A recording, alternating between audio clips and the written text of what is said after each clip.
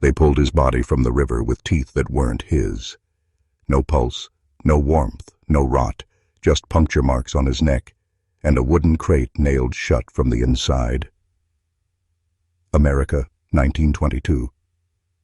Most remember it as the jazz age, the roaring nights, the champagne-soaked parties, the flappers spinning to phonographs.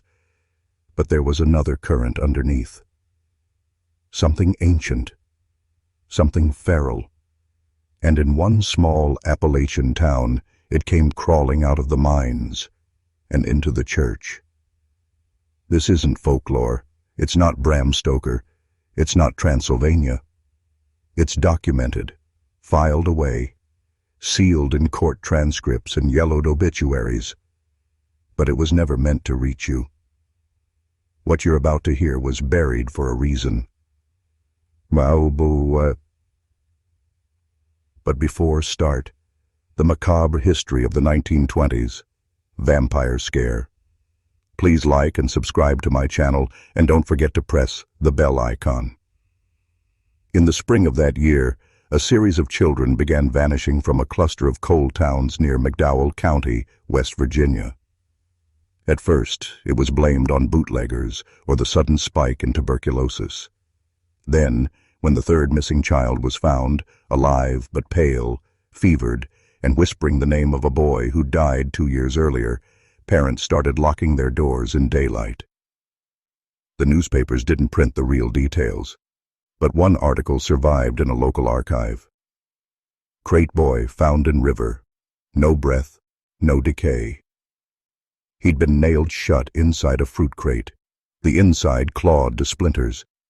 Yet when they pulled him out, his body was unmarked, except for the neck and the lips, stitched shut with horsehair thread. There were no fingerprints, no footprints near the riverbank. Just 2 symbols etched into the lid, a cross carved upside down, and the number 13 drawn in ash. That's when Father Callahan arrived, sent by the diocese in secret. Not to bless, to confirm, to investigate a string of sightings the church classified as post-mortem locomotion type 7. In their private index, that meant only one thing: bloodwalkers, vampires. Not the kind in stories. These didn't sparkle. They didn't seduce. They mimicked. They replaced. They fed in silence. Father Callahan's personal notes, smuggled out years later, contain one line written in crimson ink. Some of the dead are willing, some are not. But all of them obey. Keep listening. You were never meant to. By the time Father Callahan set foot in Elmsbrook, the town already knew. They didn't speak of it, but they knew. Curtains stayed shut even at noon. School desks sat half empty. Livestock were found with their necks drained, eyes wide and frozen. The sheriff said it was wolves, but wolves don't carve scripture into barn doors, and wolves don't knock before entering. The priest arrived wearing a brown cassock and carrying nothing but a leather satchel. Inside, a crucifix, a vial of holy oil, and a folded telegram from the archdiocese stamped OPVS OBSCVRVM. A seal reserved for inquiries the Vatican doesn't publicly acknowledge. His orders were clear: identify the source, retrieve what could be retrieved, and bury the rest. That night, a girl named Ellie Crowther vanished from her bedroom. Her father found the window open, but the latch was still locked. On her pillow was a tuft of red horsehair tied in a knot, and a note in her own handwriting, though her hands had never touched ink before. It read, "He's underneath." They dug. In the crawl space below the house, they found her dress folded like a ritual offering, a ring of ash, and 7 bloodless sparrows. At the center, Ellie, naked, kneeling, eyes open, alive. But something behind her eyes wasn't. She blinked once, tilted her head and whispered to her father in a voice he said belonged to her dead brother, they're not all buried. She had no memory of it the next morning, but Callahan began drawing a map, not of graves, but of absences, places where death had been interrupted. He began to see the pattern. It wasn't random. The missing children all lived within a radius of the same coal shaft, abandoned since the fire of Oro 6. The same shaft where, during rescue, 7 miners were sealed inside and never recovered. Local legend claimed they were buried alive, that their screams echoed through the pipes for weeks. But the diary of a retired engineer, now locked in a seminary vault, offers another version. We heard breathing, still, down there, and when we checked again, something had opened the iron door from the inside. Elmsbrook didn't lose children. It reclaimed them, one by one. And the church. It knew. Father Callahan didn't sleep the third night. He laid out every object recovered so far, tufts of red hair, wax-stiffened paper, small bones wrapped in muslin. At the center, a crude drawing found in Ellie's crawl space. Charcoal lines formed a ring of human figures, all kneeling, all faceless. Above them hovered a single black mark, shaped like a drop of blood, caught mid-fall. The priest matched it against an old manuscript from Rome. De Anima Inversa, a forbidden codex banned in 1734. The symbols aligned. The manuscript warned of ancient rites used not to raise the dead, but to keep them aware after burial. Not resurrection. Requisition. A body held between states. Alive in instinct, dead in identity. And always hungry. At dawn, the schoolhouse bell rang without anyone pulling the rope. Children gathered outside to find its doors flung open, desks overturned. On the blackboard, someone had written a single sentence in perfect cursive. The body remembers its thirst. Inside the stove was a burnt book, the town's only Bible.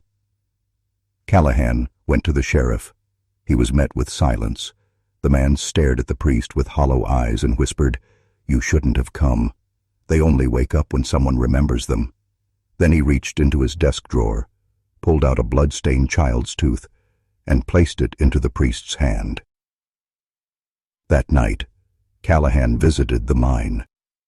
The shaft was chained, rusted, the ground around it scorched in a perfect circle.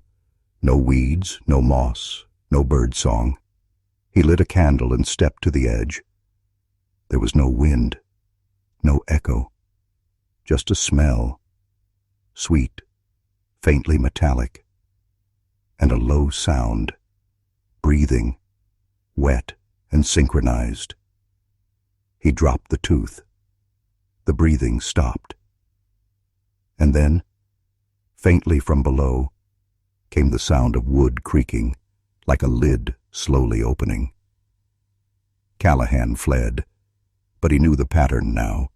This wasn't an infection, it was an invitation, a pact made, long ago in that mine, between the dying and something beneath them. Elmsbrook hadn't forgotten its dead. It had kept them, and now it was feeding them again. On the fourth night, the town heard singing, not the kind that comforts, but the kind that freezes the marrow. It came from the old church atop Harper's Hill, long abandoned since the lightning strike of 1918. The building was supposed to be condemned, its steeple split, its pews warped with soot. But the sound that rose from within was unmistakable. A children's choir, slow and harmonic, but sung in reverse, like a hymn being unwound. Those who lived closest said the voices didn't echo. They hovered, thick, tangible. Callahan climbed the hill before dawn. What he found would never be entered into any official record. The church was lit from within, not with firelight, but candle glow, dozens of tapers burning down to their nubs along the windowsills. Their wax had pooled into grotesque shapes, faces and fingers frozen mid-melt. And seated in the pews were children. Dozens, not sleeping, not moving. Their faces were slack, mouths slightly agape, eyes clouded like glass. Every one of them had a stitch across their lips. Horsehair thread. And above them, nailed to the rafters, was the church's crucifix. Inverted. The priest didn't breathe. He stepped toward the pulpit and noticed the hymnals had been altered, every page overwritten in blood with the same passage from Leviticus again and again. The life of the flesh is in the blood. As he reached out to touch one, every child's head turned in perfect unison, not quickly, not violently, but deliberately. Their eyes didn't track him. They looked past him, as if someone else had entered the room that only they could see. Callahan turned to find the door had closed. No wind, no latch, just sealed. And from the back of the church, he heard the shuffle of something too slow to be human, something that scraped its heels. The priest fell to his knees, not to pray, but to listen. The children were humming again. This time, not backward, just low, controlled. And beneath that hum, he heard a second layer, words spoken with mouths that never moved. We drank, we remember, we return. The door opened behind him without sound, and he left, not running, not screaming, but changed. Because in that moment, he understood. These weren't just revenants. They were a choir, and they were practicing for something. The church's ledgers hadn't been touched in nearly a century. Callahan, sleep-starved and shaken, broke open the oak cabinet behind the pulpit. Inside was a mold-blackened book, its spine warped but intact. Each page listed baptisms, deaths, and confirmations from 1917 to 1923. But halfway through, the ink changed. Not just color, substance. It turned rust brown, thicker, the penmanship sharper. The names, familiar: Ashford, Holler, Delaney, Maddox. Families buried, or believed buried, under Elmsbrook soil. Every entry ended with the same Latin phrase, in corpus et umbra, permissus est. In body and shadow, it is permitted. But the final 10 pages weren't names. They were signatures, and they weren't all written by the same hand. Some curved like a child's, others jagged and rushed. But one thing was clear: none belonged to the living. Callahan turned to leave, but stopped. Someone had signed the last page just days ago. The ink was still drying. The name, Callahan. His breath left him like he'd been struck. He staggered back, the book falling open beside a candle. Its flame leaned sideways, toward the ledger, and then snuffed itself out. He didn't remember writing anything. Didn't matter. It was a contract now. From the steeple above, a low groan echoed like a beam sagging under pressure. But it wasn't wood. It was breath. Drawn deep, released slow, as if the building itself was exhaling. He ran, down the hill, past the ash line, into the black mouth of a town that now knew his name. The next morning, the mayor's office burned to the ground. No one inside. No fire discovered. Just a scorch pattern shaped like a hand pressed to the walls, dragging downward, fingernails carving through plaster, as if the town itself were being erased. That night, 6 more children vanished. Their names matched the ones in the ledger. And all across Elmsbrook, families receive but handwritten letters on old parchment. No return address, just 4 words, and no signature. It was your turn. The bell at Harper's church had not rung since 1918. No rope, no clapper, blasted hollow when lightning split the steeple in 2. Yet on the 7th day after the ledger signed itself, it rang. Once, loud enough to shake the windows of every home in Elmsbrook. Callahan, now hunted by dreams and waking whispers, returned to the hill. He didn't walk. He was drawn, like something had reached inside his chest and wound its fingers around his spine. The church door was open, just slightly. A breeze pushed it the rest of the way, revealing what was left of the bell. It was full, Not with sound, with blood. Still warm, still viscous, slowly filling the cavity where its clapper used to hang. But it wasn't spilling over. It sat there, impossibly suspended, like it obeyed a different law. Around the base of the steeple, ancient sigils were carved in looping circular patterns. Not Celtic, not Latin. Older. They pulsed faintly in the darkness, like veins under skin. One was drawn fresh, still wet, and this one had a name inside it. Ruth. The grocer's missing daughter. Callahan dipped his fingers into the blood. He doesn't remember doing it. He just remembers the smell. Copper and salt and something else, something sweet, like overripe fruit and rot. And then he heard it. From inside the bell. A voice. Not echoing, but trapped. Whispering directly into his skull. There were no vampires. Only volunteers. Callahan dropped to his knees as the bell began to vibrate, not audibly, but at a pitch that made his teeth feel loose. He looked up, and inside the blood, he saw movement, not reflection, movement, as if a crowd was pressed against the other side of some invisible veil, watching, waiting. Their mouths opened all at once and spoke a phrase that would haunt every mirror from then on. Let us back in.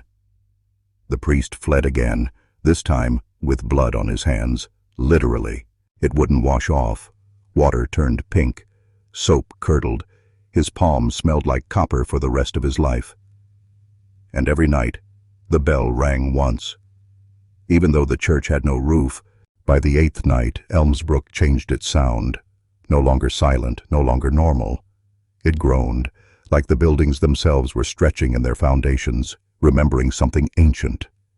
Callahan, gripped by fever dreams, found himself standing once again at the church, though he swore he hadn't walked there. This time, something was different.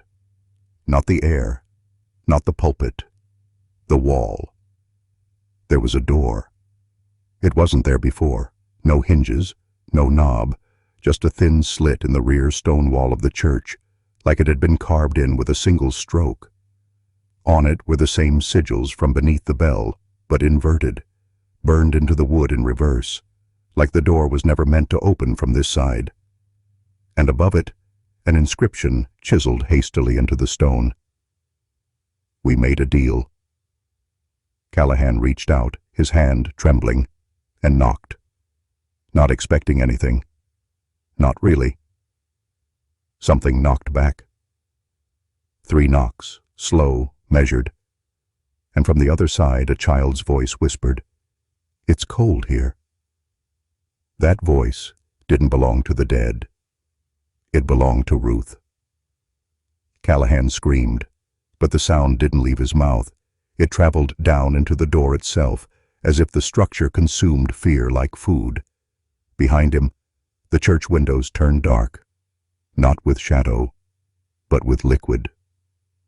Blood. Rising to the glass from the inside. He turned back, and the door was gone. In its place, a blackened wall. Seamless. But in the stone, something pulsed. A heartbeat. Soft, but present. The church was now breathing again. Not metaphorically, literally. The dust moved with each invisible exhale. The temperature dropped 5 degrees.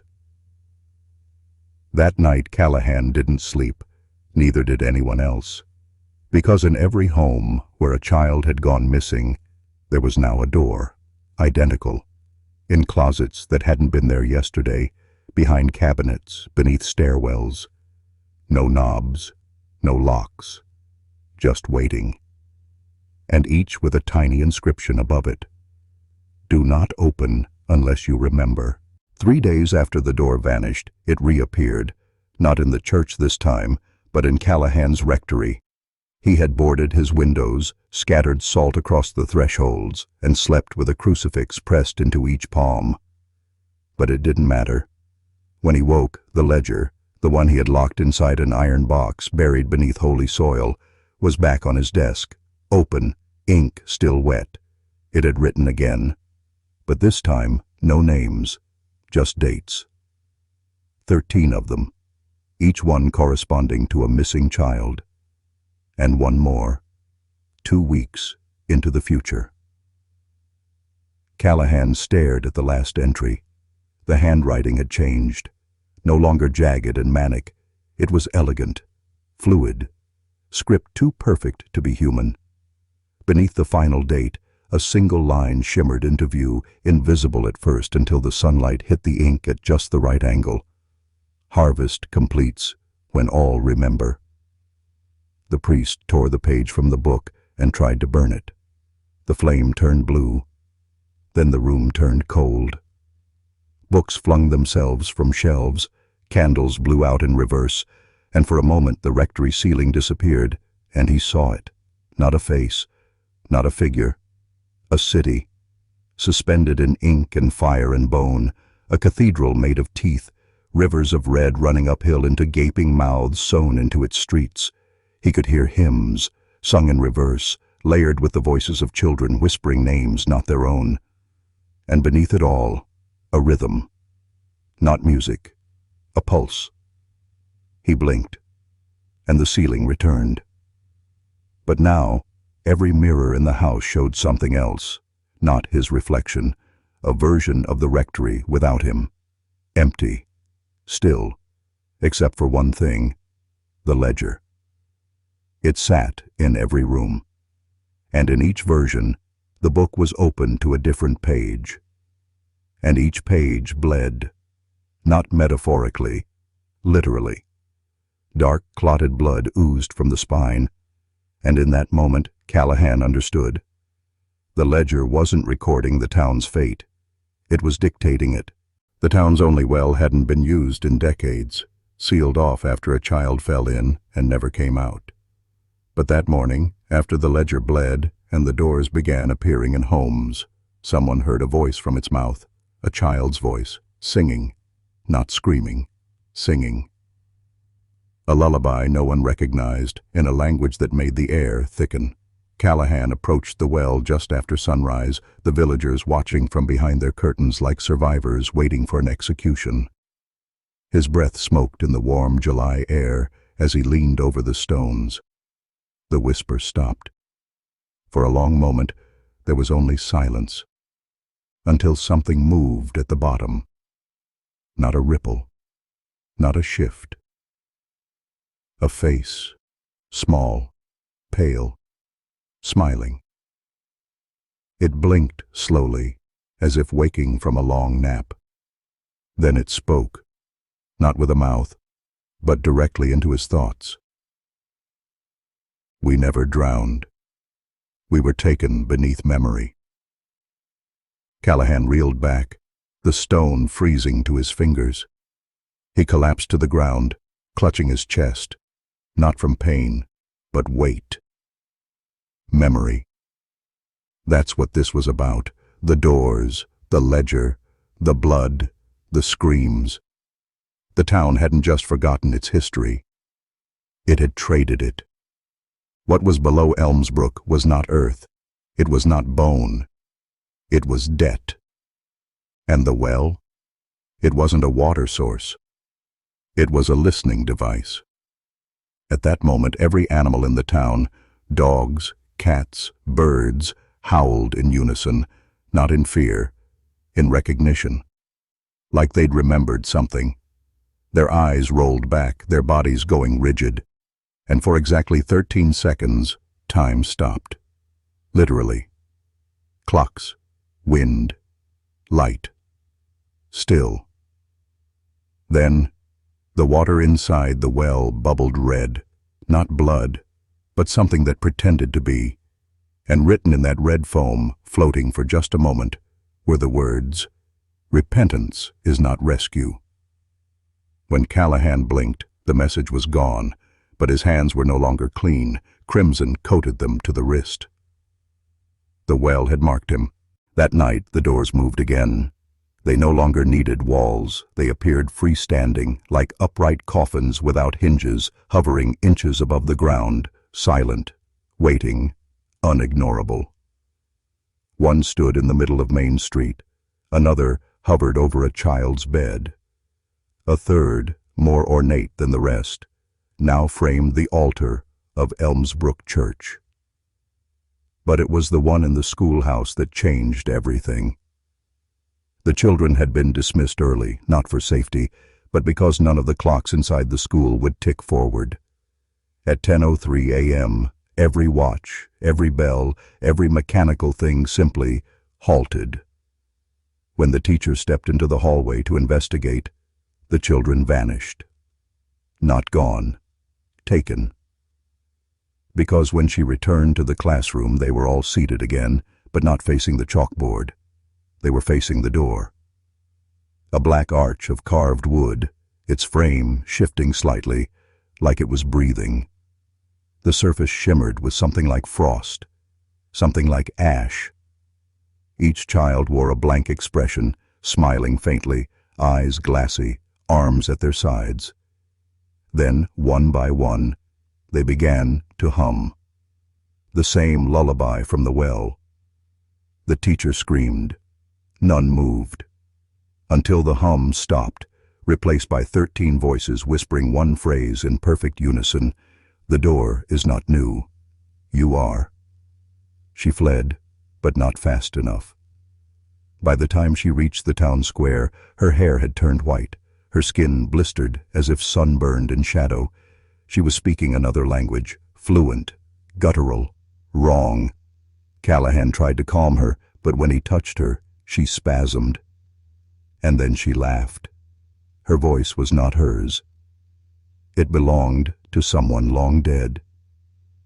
They knew because the laughter matched a phonograph recording from 1904, one archived in the church basement.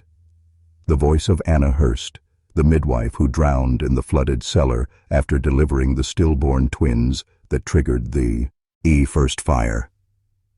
The townsfolk now understood. The doors were not portals to hell. They were memories, physical, vengeful memories that had outlived the people they once belonged to, and they were hungry for recognition. By December it started snowing, though not like before. The flakes that fell on Elmsbrook were tinged red, not vivid or violent, but a subtle pinkish hue that deepened as it settled on rooftops, fields, and graves. Townsfolk whispered that it was rust, or blood, or worse, memory. But no one dared to collect a sample. Not after the grocer's boy did and disappeared the next morning, leaving only his glass jar, still sealed, filled with the same soft, rose-tinted flakes, now pulsing faintly, as if breathing. The snow didn't melt. It lingered like ash on everything. Churches closed their doors. Funerals were held without burial. Farmers abandoned their land. No birds sang. No dogs barked. And when the red snow reached the steps of the county courthouse, Judge Halberd, who had refused to acknowledge the disappearances, was found frozen mid-sentence in his chambers, eyes open, gavel still in hand. His skin had split in clean, precise lines from chin to forehead. Inside his skull, they found teeth that were not his, teeth of different sizes, some childlike, some animal, some sharpened deliberately. The town's last photograph was taken that week. It showed the square at dusk, the statue of Father Holloway cloaked in red frost, a crowd of silent citizens all facing the camera, but their eyes were closed, all of them, as if they were listening instead of seeing. In the background, barely visible, stood a door. The archivist who developed the photo vanished before labeling it. And yet, days later, every household in Elmsbrook received a copy in the mail. The stamp bore no origin. The return address was burned black, but scrawled on each envelope in the same perfect handwriting were the words, "Forget us, and you'll find us again." That winter, the town tried to seal the doors, to burn them, bury them, drown them, Nothing worked. They returned by morning, repainted, reappear, or rebuilt, down to the scratch marks and blood smears. Something was keeping them open, and it wanted everyone to walk through. By the start of January, the red snow had reached Holloway Lake. Locals gathered near the frozen shoreline, watching as the frost crept across the surface like veins under translucent skin. Children whispered that they could see something moving under the ice, not swimming, but pacing. Then, on the night of the 6th, the ice cracked open without a sound. No thunder, no splash, just a widening, perfect circle. At its center stood a door. A solid black iron door bolted to the lakebed, completely upright, rising from beneath like it had always been there. It wasn't floating. It didn't bob or sway. It simply stood there, still and wrong. The sheriff ordered it surrounded and roped off. By morning, the ropes had snapped, and every officer was gone. Only their boots remained, lined up in a neat, wet row on the ice. Father Merrill, the town's new priest, declared the door a hoax sent by Bolsheviks or God, depending on the day, but he was the first to approach it with holy water and the last to speak full sentences. His final words, as transcribed by the lone altar boy who survived the exorcism attempt, were, "It's not a door, it's a mouth that forgot how to chew." 3 days later, Holloway Lake boiled, despite the freezing weather. Steam rose, stinking of old iron and grave dirt. Red snow fell upward, vanishing into the sky like ash being sucked into some unseen chimney. From that point on, the door began appearing in dreams across Elmsbrook, identical in every account. Iron, bolted, weeping. Dreamers reported hearing the same sound, nails on wood, but from inside their own skulls. Some townsfolk tried to drown themselves to reach it. Some succeeded. But those who returned from the lake were not quite themselves. They didn't blink. They didn't sweat. And they all asked the same thing. "Do you remember the old sun?" The lake didn't stay quiet. After the boiling stopped, the door remained, but now things came out of it. Not quickly, not with spectacle, just emergence, one at a time, crawling on all fours. Pale, hairless figures with too many joints and no eyes, their skin stretched thin over bones like waxed parchment. Elmsbrook residents described a smell like wet birth cloth and burnt teeth. The first creature was spotted crouched on the roof of the closed-down schoolhouse, tilting its head slowly toward the morning sun it could not see. By nightfall, 2 more were seen drinking from broken bird baths, not with mouths, but with thin tubes that unfurled from their spines. They didn't attack, not at first. They watched, and worse, they imitated. One was found in the town's barber shop, draped in an apron, holding scissors against its own flesh. Another mimicked laughter outside the bakery, its chest vibrating violently to produce a sound almost human. The mimicry never lasted. Eventually, the creatures would fall still, as if realizing the act was wrong, as if remembering they weren't supposed to play pretend. That's when the disappearances became daily. Not just people, sound too. The town clock stopped ticking. Footsteps no longer echoed. Even screams dropped dead at the throat. Those who survived those nights said it wasn't silence. It was hunger, and it was listening. Then came the writing, carved into the church doors, etched in frost on windows, scratched into barn walls and frozen corn stalks. "We are what you buried. You forgot the rituals." No one knew what rituals they meant. Not yet. But the town's oldest resident, 92-year-old Evelyn Harker, who hadn't spoken in years, finally sat up in her hospice bed and said, "They came before once, and we fed them our sins." When asked what that meant, she simply pointed to her mouth and whispered, "Start with the tongue." Evelyn Harker's cryptic warning, "Start with the tongue," did not come from senility or fever. It came from memory. And when the local physician, Dr. Alton Reed, finally retrieved her family journals, what he found inside stunned him into silence. These journals, wrapped in brittle black lace and sealed with what looked like dried human hair, contained centuries of scrawled entries in Latin, Old German, and something he could only describe as phonetic howling. Evelyn's ancestors had been sin-eaters, ritualistically devouring the symbolic essence of crimes and moral violations to cleanse the dead before burial. But Elmsbrook didn't just absorb personal guilt. It consumed communal atrocities, sacrifices, betrayals, and in one unspeakable instance, a child sewn shut with coins of every man she'd accused. The vampire scare wasn't about blood. It was about memory. What had been done, what had been forgotten, what should have stayed buried. The lake was not a habitat. It was a seal. Not natural, but made, by hands, by symbols, by acts so brutal they required a town's total amnesia to survive.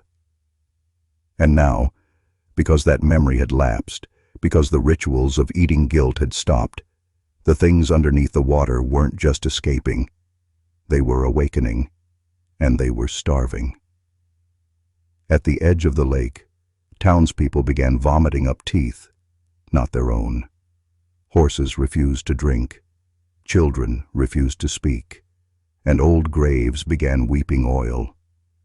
A group of volunteers sent to burn the schoolhouse, where the creatures had gathered, vanished without a trace.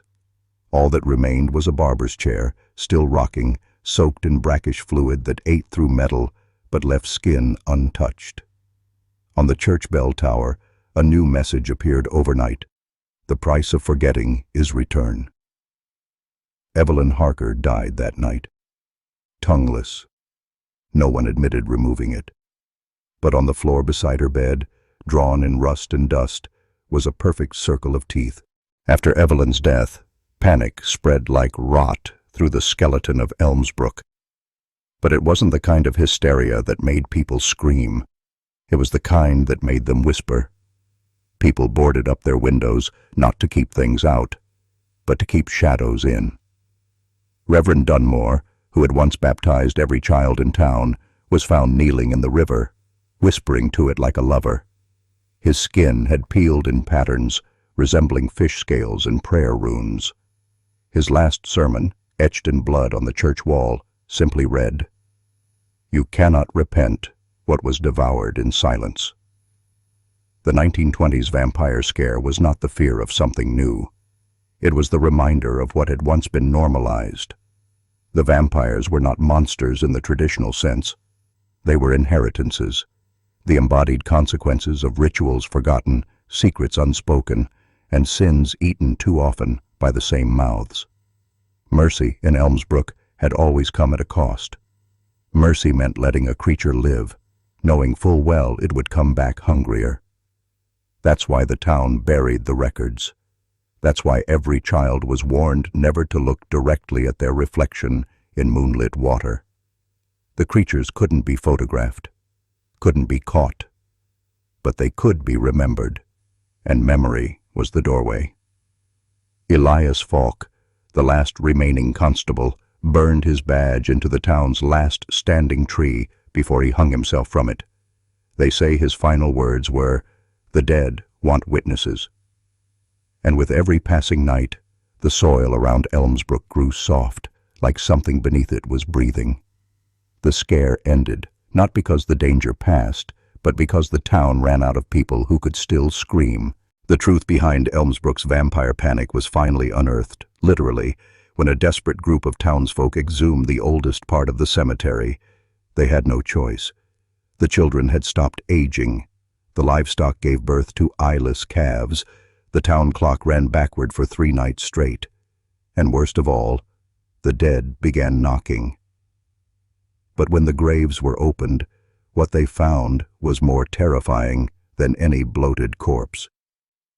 They found no corpses at all, just perfectly preserved clothing, folded with care and sewn shut with thread made of hair and muscle fibers. Within every coffin, a paper mask painted with a wide, smiling mouth, over which was written a name that did not belong to the deceased. This wasn't a cemetery. It was a decoy. A storage of placeholders meant to trick whatever walked through Elmsbrook's boundaries.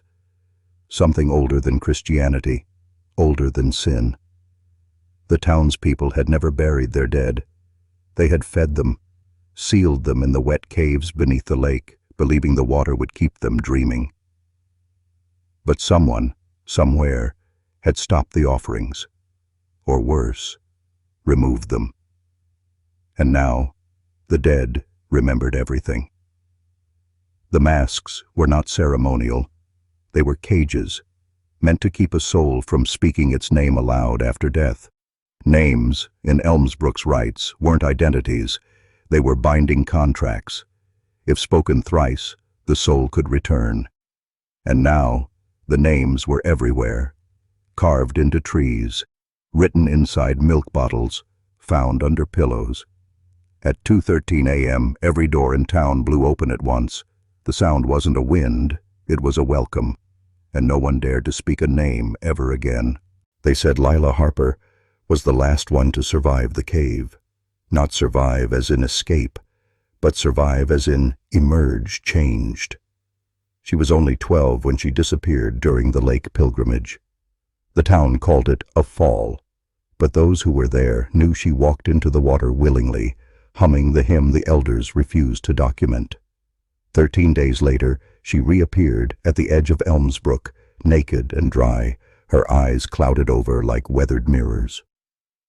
From that day forward, no birds flew over the town. The sun never truly touched the soil again. And Lila never spoke, because she no longer needed to. When she moved, it was like watching wind move through a wheat field. The air bent around her. Lamps dimmed, candles blew out.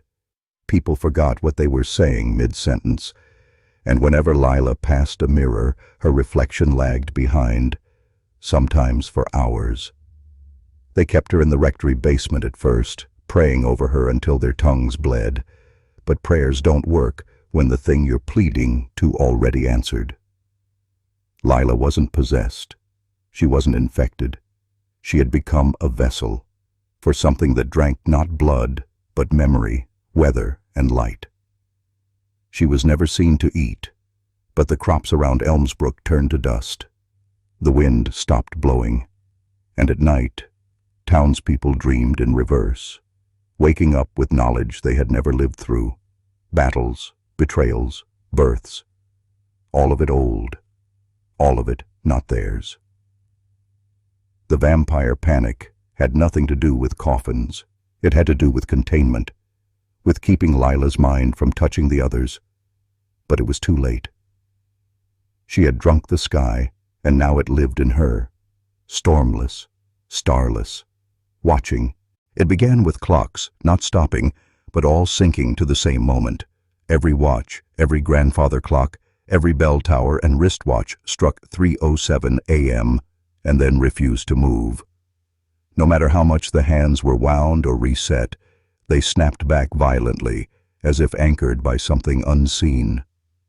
The town came to call it the bleeding hour, not because of violence, but because every time it arrived, something leaked through. Milk turned pink. Silver tarnished black and ran like mercury. And those awake at that hour found that their ears began to ring, then bleed, then whisper back. The whispers always spoke of buried names, names that no one remembered giving, names older than Elmsbrook, older than America, older than sleep. On the third night of the bleeding hour, all the mirrors fogged over, and when wiped clean, didn't reflect the room, but instead revealed a corridor of doors, each one marked with a different resident's birthday.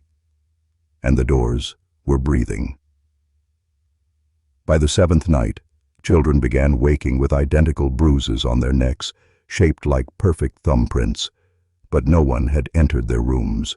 No one had left a trace, just the smell of mold and pine and the whisper of something once said in Latin, ex sanguine in aeternum, from blood forever. That's when the town finally opened the old records, the ones locked away in the coal-sealed drawer of the sheriff's attic, and what they found confirmed their worst fears. The bleeding hour had happened before, in 1732, 1806, and 1921. And each time, Elmsbrook had responded the same way. They offered a child, a blood-borne descendant of the first settler, given over willingly, masked, and named. It wasn't to kill a vampire, it was to keep one asleep. But this time, no child was offered, and now, the hour bleeds on every night. They never buried the dead near the chapel in Elmsbrook. That wasn't out of tradition. It was fear. The church itself was built over a sinkhole, not a metaphorical one, a real, yawning gash in the earth, barely filled in, then paved over with thin stone and faith. The problem was, something underneath had never agreed to the terms of that construction. And when the vampire panic took hold in the 1920s, townspeople weren't worried about who was sleeping in coffins. They were terrified of what was gnawing at the floorboards. One winter night in 1924, Father Merrin, a veteran of the Great War and a man said to have seen demons in Ypres, heard a sound during Mass. Not footsteps, not breathing, chewing, deep, slow, deliberate, coming from beneath the pulpit. He ordered everyone out. Then he pried up the floor.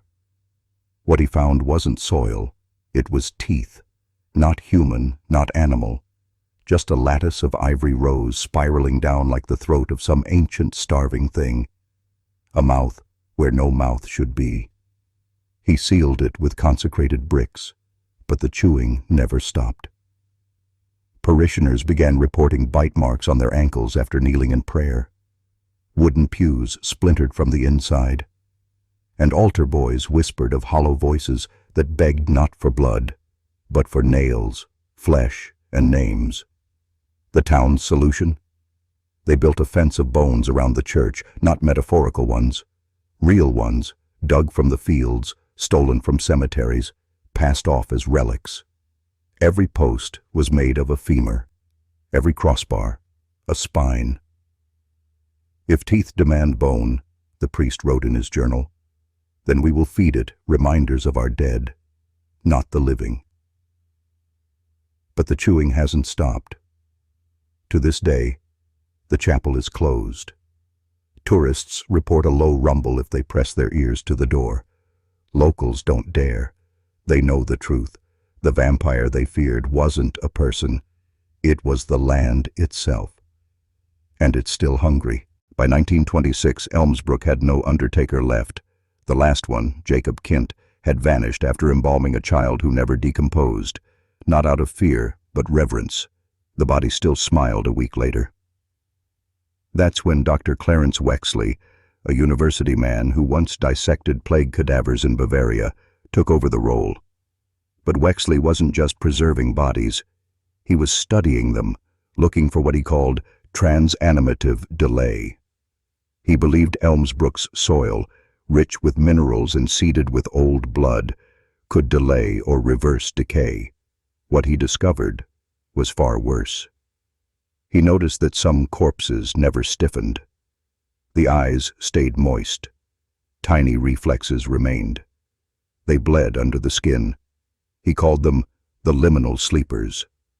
Not living, not dead, just waiting.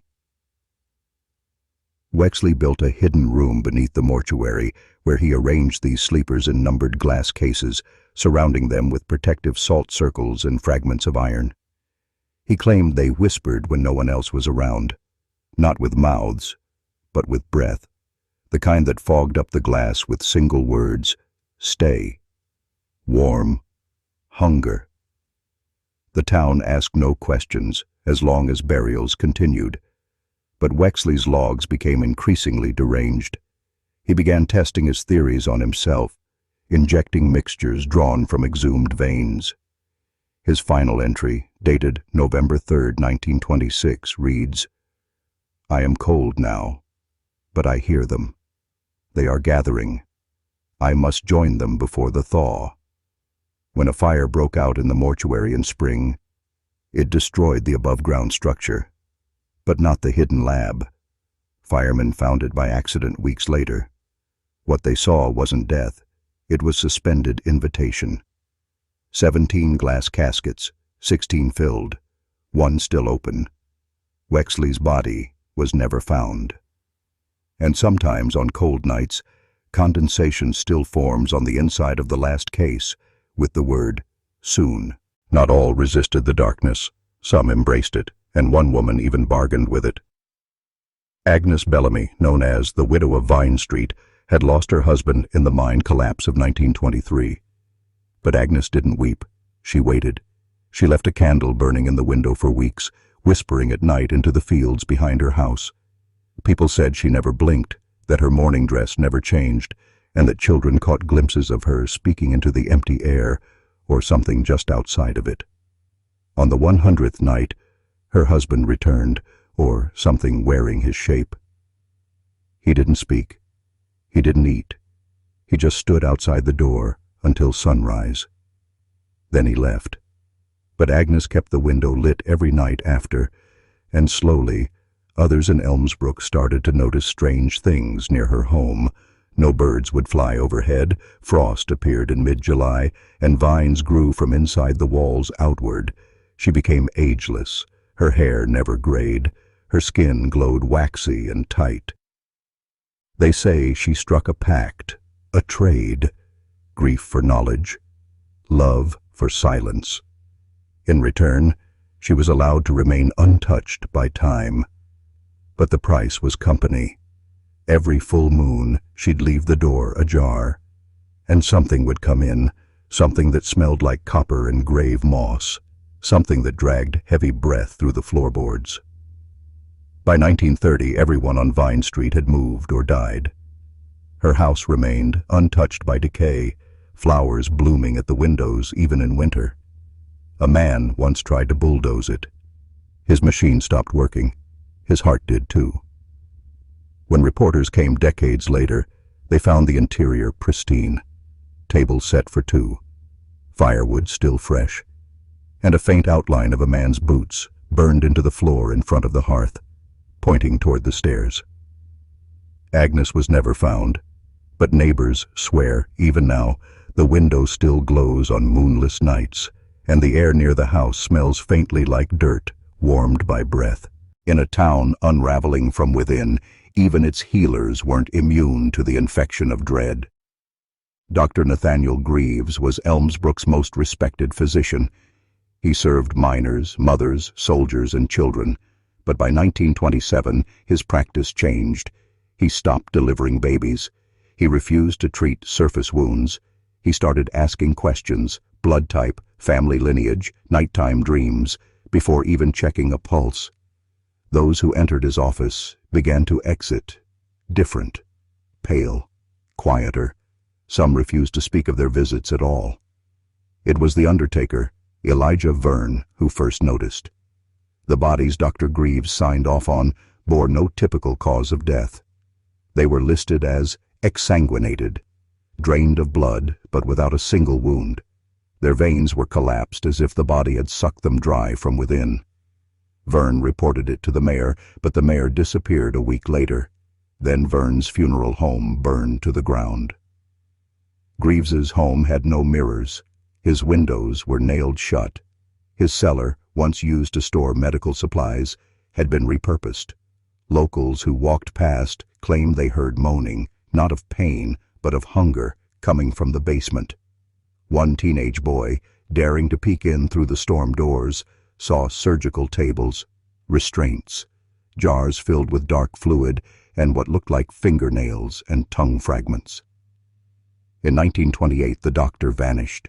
His last patient, a woman named Della Hart, said she remembered him whispering before her sedation, "I must remove what they fed you, before it becomes you." She woke alone, scarred and bleeding from both temples. When police finally searched the property, they found dozens of notebooks, sketches of veins that didn't match human anatomy, diagrams of mouths inside lungs, and organs that pulsed with teeth. The final page read only, "It's not a disease, it's a design flaw, and it wants to complete itself." To this day, no Median Cal examiner has been able to explain the preserved bodies discovered in his cellar, each with perfect incisions and expressions locked in ecstatic horror. When the harvest failed for the third year in a row, the townsfolk didn't blame the soil, they blamed the curse. But the old family on the North Ridge, the Delacroix, claimed they knew a way to appease what was buried beneath the land. That summer, 1928, they invited 6 other families to a nighttime gathering at the old grain silo, a towering iron cylinder long abandoned, known for its rusted ladders and the crows that never left its roof. Not a party, they said, a preservation.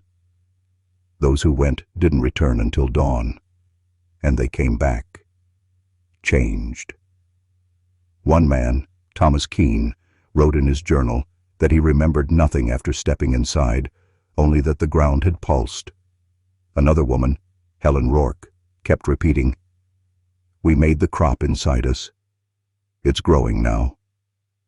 Within weeks, 3 of them were dead, bloodless, eyes wide open, buried, standing up. The rest grew erratic, avoided sunlight, couldn't stomach meat. Some were caught in barns suckling on the necks of livestock, weeping with guilt afterward. A child from one of the families, Agnes Delacroix, disappeared shortly after. Her dress was found weeks later, torn and stiff with dried blood, hanging from the silo's peak. When locals tried to tear the building down, their tools rusted overnight, machinery failed. One worker died after falling from a rung that had somehow been melted smooth. Eventually, the town ordered the silo sealed. Bricks were laid, welded shut with iron bands. Still, sounds came from within, low chanting like dozens of voices humming through waterlogged lungs. Anyone who dared walk too close claimed to feel a tugging behind their ribs, like something was trying to pull them into sync. The silo still stands today, untouched, in a now dead field. Crows never left its roof. And every July 17th around midnight, a low red glow pulses from the cracks in its base, like something waking beneath the rust, remembering, by autumn of 1928, the town's graveyard had become a place of silent horror. Nearly a dozen bodies were lowered into the earth, each entirely drained of blood, yet showing no wounds. No insects swarmed the corpses, and their skin remained eerily supple, as though preserved. Dr. Maynard, from Ashwood's medical office, tried to explain it away as an unknown blood disease, but his notes were confiscated by town elders days later, and he himself was found burned to death in his study under mysterious circumstances. Officially, the death was called self-inflicted. Unofficially, no one believed that. The town council, led by the increasingly pale Reverend Aldous Finch, announced a secret vote under candlelight. A pact must be made to protect the living by no longer questioning the dead. They called it the Ashwood Pact. It banned autopsies, banned exhumations, and insisted that all future burials be conducted behind closed doors, with the family of the deceased forbidden to witness the interment. They said it was for peace, but everyone knew it was to cover what was feeding. The town carpenter, Ellis Griggs, was ordered to build a new kind of coffin, lined with thick iron, welded at the seams, and embedded with silver spikes angled inward. He asked no questions, only charged double, and still, every coffin was paid for in full, often with antique coins or blackened jewelry from the Delacroix estate. At night, the graveyard was no longer silent. People reported hearing soft scratching beneath the dirt. One gravedigger fled screaming, saying he saw a hand clawing upward from a fresh mound, its fingers chewed down to bone, still twitching. He was committed the next day and never spoke again. Soon, word spread beyond Ashwood. Travelers stopped coming. Maps began to omit the town altogether. It was as if the land wanted to vanish. But those who stayed, those who had signed the pact, continued living. Longer than expected, paler than ever, and no longer attending church in daylight. The price of peace, they whispered, was memory. And the more you remembered the old bloodlines, the more you bled. They were known as the Hollow Street Tenants, 5 families who never moved, never aged, and never opened their shutters. Children who once played stickball in the alleys swore the same man stood at the top window of number 12 every afternoon, staring down with yellow glint eyes. The landlord, Mr. Thatch, said he hadn't collected rent in over 7 years, but every month gold coins appeared in his ledger drawer, smelling faintly of rose water and sulfur. And when a city inspector came to investigate overdue taxes on the row, he vanished inside the hallway of number 8. His shoes were found outside, still warm, but no body ever turned up. By now, Ashwood's remaining citizens avoided Hollow Street altogether. The road was cracked, and the gas lights flickered permanently, as if resisting electricity. Yet none of the homes ever fell into disrepair. Paint never chipped. Glass never cracked. Ivy climbed, then receded by morning. It was as if the very wood of those houses refused to rot, as though their tenants had made a deal not only for themselves, but for their dwellings too. A drifter named Eleanor Pike claimed she spent one night squatting in number 14 during a storm. She was found days later, curled on the church steps, head shaved bald, lips stitched shut with black thread, and with both eyes missing, cleanly removed. No blood, only salt residue around the sockets. When she was finally able to write, she scratched one sentence into the pew. They sleep standing, and they listen through walls. Reverend Finch, now gaunt and skeletal, declared that Hollow Street was a holy ground now, and should be left untouched. But former mailman Jed Cromley recalled that the mail for those addresses never ceased. Invitations to European blood societies, correspondence from cloistered libraries in Hungary, letters addressed in languages that flickered and shifted when stared at too low, and by late 1929 it was agreed Hollow Street would be erased from town records. The road signs were removed, maps were redrawn, but everyone still knew where it was, and those who stood too long near its entrance began to forget why they came. Every town has its eccentric, but in Ashwood, widow Elara Murney was a legend whispered through generations. She hadn't spoken since her husband's throat was torn out in 1911. Found hanging upside down in the barn, blood siphoned through a funnel into 12 mason jars. Yet every Wednesday at exactly 3:33 a.m., Elara was seen walking barefoot into the woods behind her manor, dragging a rusted milk cart. Inside it, raw meat, coins soaked in vinegar, red poppies, and always a mirror wrapped in black cloth. No one dared follow her after the incident with Sheriff Cleves.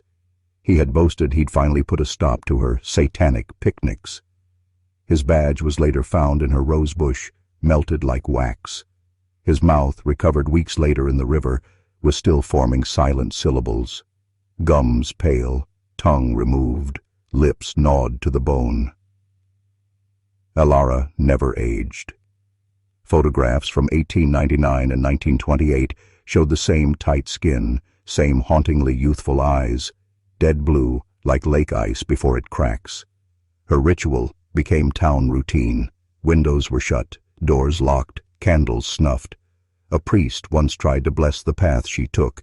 He collapsed with his teeth fused together and never spoke again. She returned, as always, dragging her cart back through the brush, empty now. But the wheels left no tracks in the dirt. One boy, Edric Marlowe, swore he saw what she fed.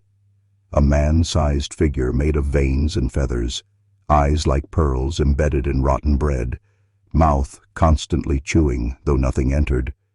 It waited at the circle of stones behind her house, trembling in anticipation. Elara whispered into the mirror before uncovering it, and whatever was reflected back howled in gratitude. When Alara finally died in 1930, if she ever did, the town held a funeral. Her casket burned before burial. But the Wednesday walks continued. No one pulled the cart, yet its wheels squealed down the dirt path, stopping at the exact same stone circle. The offerings reappeared like clockwork. No one placed them. No one dared ask. Only the mirror, always covered, remained untouched. Until one morning it wasn't, and the reflection it showed was not our world. Ashwood's children stopped dreaming in the winter of 1926. That's when the black stones appeared, smooth, round, cold to the touch, placed under the pillows of 12 school-aged boys and girls. Their parents thought it a prank. But each morning those children awoke more pale, more forgetful, and less human. They began to speak in perfect unison, reciting numbers that matched no calendar, words in extinct tongues, and drawing intricate diagrams on their bedroom walls, none they remembered creating. When the schoolteacher, Miss Whitley, confiscated a stone and locked it in her desk, her fingers turned chalk white, and her voice was never heard again. They found her days later in the coat closet, sitting upright, smiling, a tiny black stone embedded in her eye socket like a replacement pupil. The children, meanwhile, remained eerily calm, carrying on with lessons no one had taught them. Geometry that twisted on itself, history that included wars never fought and cities never built in our timeline. Parents began removing the stones, only for them to return by nightfall, always slightly larger, slightly darker, and vibrating softly, like something inside them was waking. One mother tried to smash a stone. Her house caught fire at exactly 3:33 a.m., the flames moving in geometric patterns, leaving the blackened stone untouched in the center of her scorched nursery. It was Edric Marlowe, the same boy who once saw Widow Alara's creature, who gathered the children in the schoolhouse one midnight, believing he could reverse the curse by burning the chalkboards where they had drawn their diagrams. The fire burned blue, the screams echoed like insect wings beating on glass, and by dawn the schoolhouse stood empty. 12 stones remained behind, arranged in a perfect circle, slightly warm, pulsing like heartbeats. The children were never seen again. To this day, locals claim to hear faint chanting from beneath the old schoolhouse floor, 12 voices whispering in unison, counting upward, never stopping. Last recorded number, 4,522, 717. They brought in Father Josiah Bell from 3 towns over, a man with a reputation for rooting out heresies with fire and blood, who claimed he'd once exorcised an entire convent in Romania without speaking a word. When he arrived in Ashwood in the spring of 1927, the air itself thickened, as if nature recognized something unnatural in him too. Tall, gaunt, eyes like drying ink, he didn't preach from the pulpit. He whispered in Latin from the church's crypt, and the words carried across town like echoes through bone. People began to repeat his phrases involuntarily. Housewives dropped kettles and murmured lines from dead languages. Infants babbled in syncopated chants. One man gouged out his own ears, claiming the priest's voice entered through the skull, not the ear. But Father Bell insisted it wasn't him speaking, that he was only the mouthpiece for older prayers, prayers designed to trap the hunger beneath Ashwood. He focused on the stones. One by one, he collected them. Not with gloves, not with tongs, with bare hands, humming something old, something before Christ, before Babel. Each stone placed inside a circle of salt and ash, each child whispered a name they could never recall afterward. By the 13th night, 12 stones sat within a sealed pentagon behind the altar. The priest slept beside them, murmuring to them like pets. But on the 14th night, the church bell, broken since 1901, rang on its own. The priest was found suspended midair, limbs outstretched, mouth wide open, but not a sound came out. From his tongue dangled a final black stone, wet, still pulsing, and warm. No one touched it. No one buried him. They simply bricked up the church door, hammering each nail while whispering, "Amen," with shaking lips. No one ever entered that church again. But if you pass it at dusk, you might hear a faint echo. Not your voice, not his, but something in between. Something still waiting for you to speak.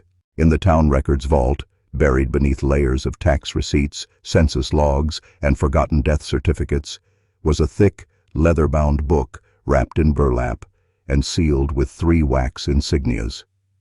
No one remembered when it was placed there, and no name was printed on its spine. The mayor's secretary found it during a routine archival purge in September 1927. She opened it and began screaming. Her mouth filled with blood, though there were no wounds. She would never speak again. The book, later known among a secret few as the Blood Ledger, contained names written in a precise, ink-like script that moved when left unattended. The pages were a crimson hue, veined like human skin, and each name came with a date, not of birth, not of death, but of thirst. Residents of Ashwood, past and present, were listed, some scratched out violently, others written over themselves 100 times, as if the name refused to stay buried. One page, soaked through and torn, read, "I begged them to die, but they would not bleed." Another, "Their teeth were clean, but their dreams reeked of marrow." Who wrote the ledger? Some believed it predated Ashwood, that it was brought from Europe and buried during the Great Migration. Others claimed it wrote itself, fed by ritual and blood spilled in secrets. But there was a pattern. Every time someone vanished, a new name inked itself onto the page, with an elegant drop of blood blooming beside it like a rose. The book now resides, unofficially, in a hidden sub-vault under Ashwood's new municipal building. It's not in any catalog. But guards report strange noises from the floor beneath. One janitor claimed he found drops of blood on the ceiling. Another saw words forming on the walls that matched those in the book, and promptly quit. The worst part? The last page is blank, as if waiting.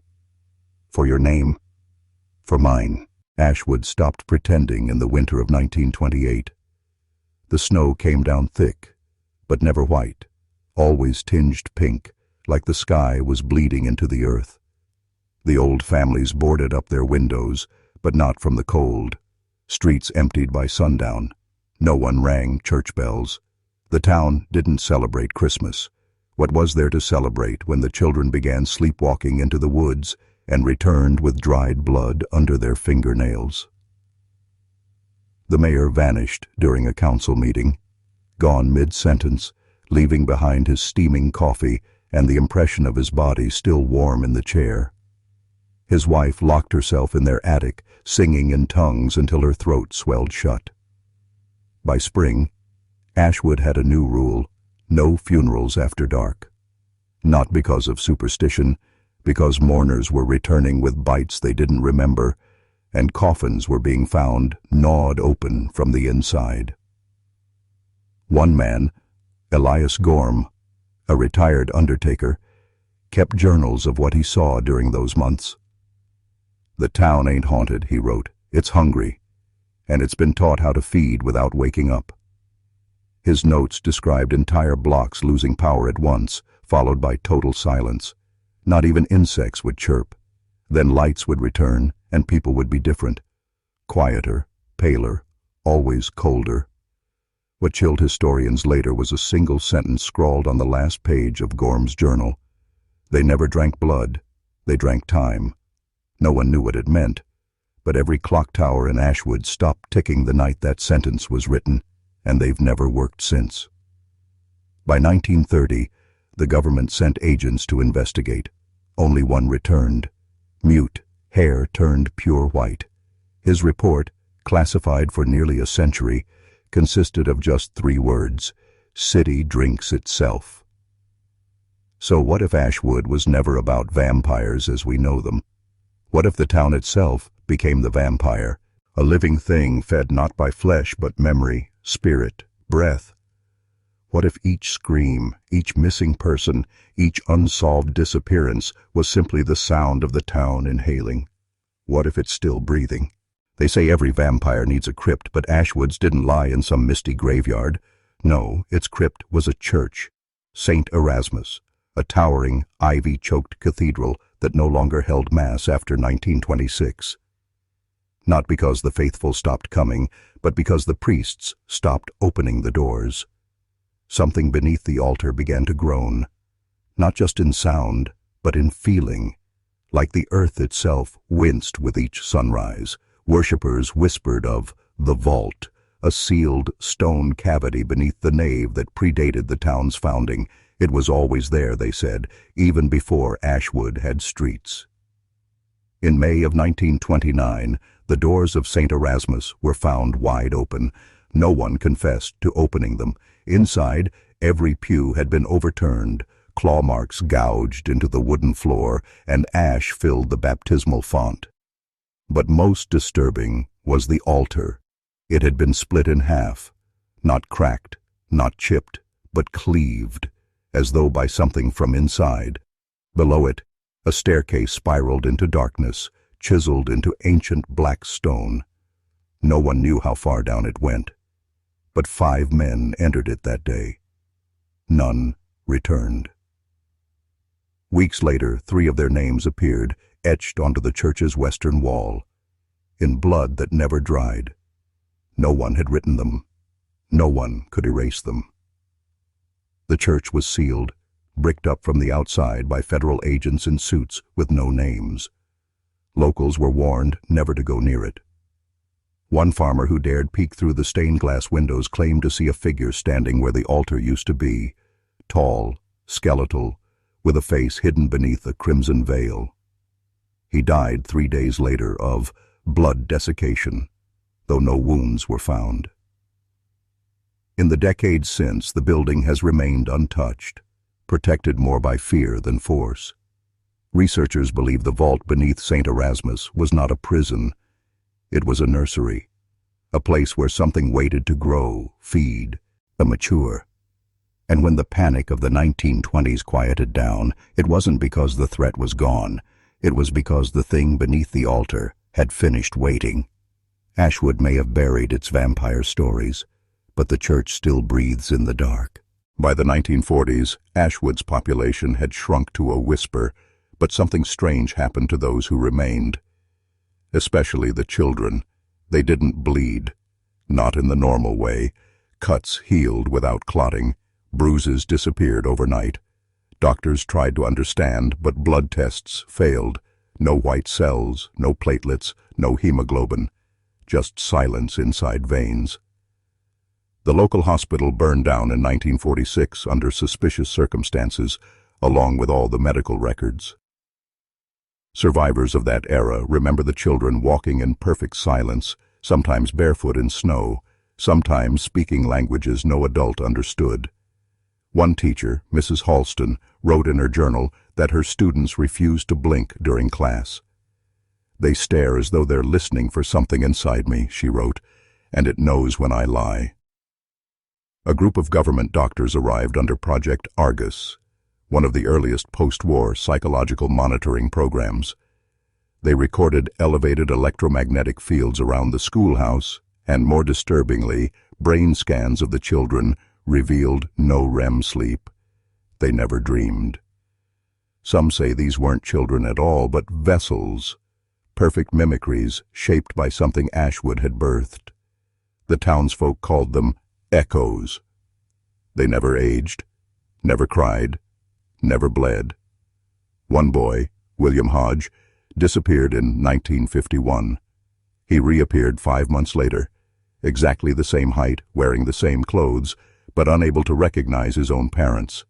He said only one sentence before collapsing: "The church taught us how to stay."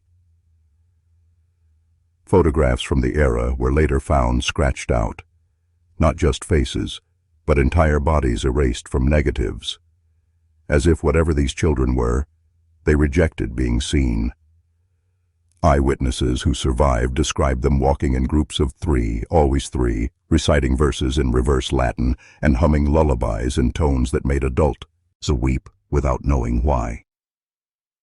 It said the bloodless children still wander Ashwood's outer woods, that if you listen closely at dusk, you'll hear laughter that never rises above a whisper, and if you follow it, if you go looking, they'll offer you a hand, a smile, and a question. Do you want to stop dying? In 1961, a federal mapping team sent to document remaining Appalachian town sites stumbled onto Ashwood, but not the way you'd expect. The town wasn't on their map. The road they followed should have led to a mining outpost, but instead they found a cemetery, fresh, eerie, and surrounded by fog. Over 100 gravestones stood in perfect rows, inscribed with names never registered in census records.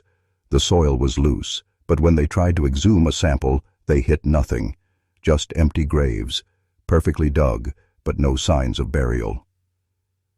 One grave stood out, a black marble slab with no name, just a date, 1924, and a single word etched in blood-colored stone, remember. The team radioed their findings back to HQ, but the transmission never arrived, only static. By morning, their truck wouldn't start. One of them, a man named Curtis Weller, wandered into the woods and was found 3 days later speaking a dead language. He never recovered. The rest abandoned the mission. Their reports, heavily redacted, mentioned a final sighting. As they drove back down the mountain, they saw a young boy walking the road barefoot, trailing a red ribbon behind him. No footsteps, no shadow. The cemetery was gone by the following year, but photographs exist, or did, stored in a government archive, later destroyed in a suspicious fire. The official narrative? Faulty weather balloon recordings led the team astray. But those who handled the case believe they stumbled onto Ashwood's last defense, a pocket of time and space that was never meant to exist, a self-correcting anomaly. And so ends the vampire scare. No fangs, no castles, just a slow warping of reality, faith, and memory that bled through one American town and refused to stop. The 1920s didn't birth monsters, they revealed them. And if Ashwood's legacy teaches us anything, it's that belief itself has blood. And when it clots, it becomes history. Ashwood isn't on maps anymore. But sometimes if you're driving through Appalachia in the right kind of fog, your radio will cut to static. You'll smell iron in the air. And ahead, just beyond the trees, a church bell will ring. Once,